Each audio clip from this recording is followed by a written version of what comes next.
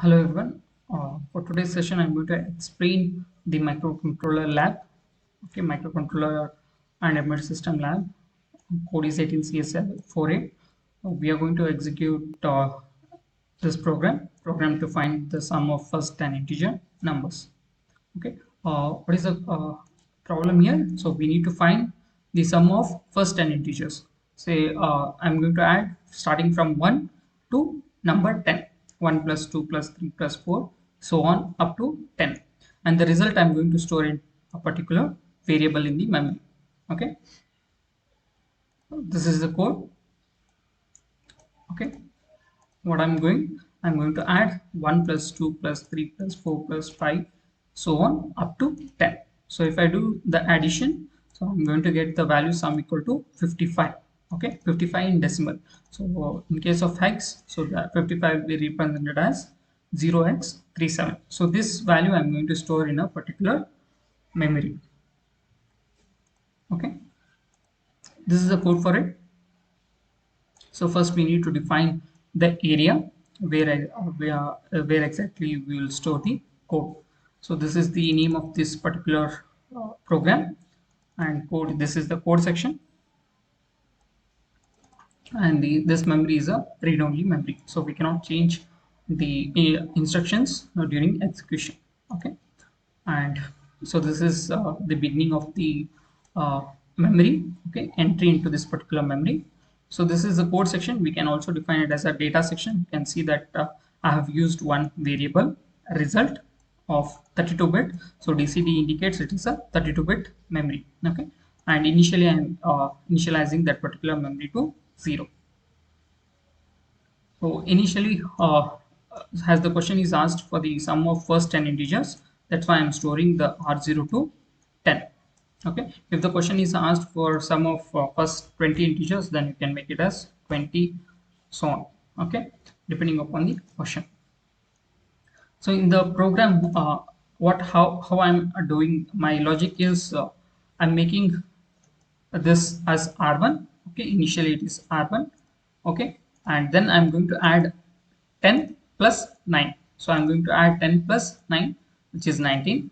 Then again, after getting the 19, I'm going to add 19 plus 8, that is 27. Again, from 27 plus 7, we'll get 34. Again, 34 plus 6, we'll get 40. So like this, for each iteration, I'm going to add a decrement one value, and I'm going to add that particular value to the sum. So this will be continued until I reach the 0. Okay, once I reach the 0 means I will stop the addition, so I will get the sum in that particular overall value. Okay, so this is the logic I have used. So that's why I have used R0 as 10. So this is the first value. Okay, so what I need to do next, I need to add 10 plus 9. Correct. So that's why I'm storing the value R0 to R1. So in order to make sure that I will I will sum up to 1. Okay, so once I reached 0, okay, number of iterations, once I reached 0, then I should stop the execution. So that's why I have used this R1 resistor. Okay, now I have 10 in the R0. Okay, so and next value, what I need to add, I need to add 9. So that's why I have made subtracts R1 comma R1 by 1. Okay, so if I subtract the R1 by 1, so what is the content of R1? R1 is 9. So 9. So check whether I have reached the end of the iterations. So what is my condition to reach the end of iteration? So it is 0. Once this R1 reaches to 0, I should stop the addition. Right? That is the condition. So you can see that initially R1 is not, it is 10. Once I decrement by 1, it is 9. Right? 9. So if I compare R1 comma 0, then it will not be equal to. Okay, the result will not be equal, and Z flag will be 0. So if Z flag will be 0, then this particular instruction will not be executed. So we'll move to the next instruction, that is add R3 comma R0 comma R1. So what is R3? So initially I define R3 as a 0. Okay, and R0 contains 10 and R1 contains 9. So I will get the result in the register R3, and then I'm moving the result back to the R0. Okay, R0. So if it is not equal to, then so yeah, if it is equal, then I will go to the to label done.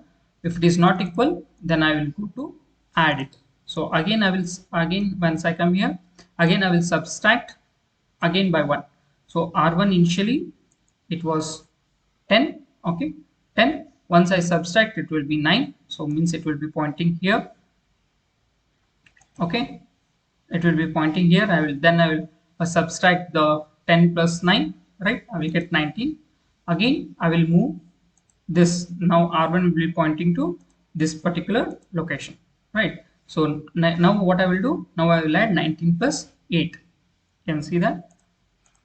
So 19 plus 8, that's what I'm doing. Again I will check whether compare R1 comma 0 if it has reached the now final stage, right?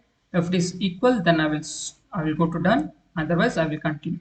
Okay, so again what I will do, I will add 19 plus 8, sum will be 27. Again I will check for the comparison. Okay, if it is not equal, again I will go to add it label. Yeah, again it will come here. Again I will subtract by 1. Okay, so now the R1 will be pointing this particular location. Again I will add R1 with the R0. Okay, and again sum. Again I will check for the condition. If it is not, I will keep on adding this number. So once R1 reaches here, okay, once R1 reaches a 0, then I will check this compare instruction. Okay, compare R1 comma 0. So once if it is equal, then I'm going to stop. Okay, be equal to done. So I'm going to jump here. So what here I'm doing, I'm loading the address of this particular variable into the register, and then I'm storing the value of R0. So R0 contains the result. Okay, so R0 content I'm moving into this particular memory location. Okay, so in order to verify whether the value is stored in this memory location or not, I'm storing the value within this particular memory location into register R5, and I'm checking whether the result is proper or not. Okay, let's see the execution here. So no error, no error. So we'll start debugging. Yeah, so initially what I'm doing, initially I'm moving R0 to 10, then I same R1 to 10. Okay, and subtracting R1 by 1, so we have 9. Okay, and then we are comparing R1 comma 0. So what happens when we compare R1 comma 0, the content of R1 is subtracted with this value. So if it is equal to 0, then Z flag will be updated in the CPSR register. We can see it is not equal to 0, so that's why it is 0. If it becomes equal to 0, then Z flag will be 1. Okay,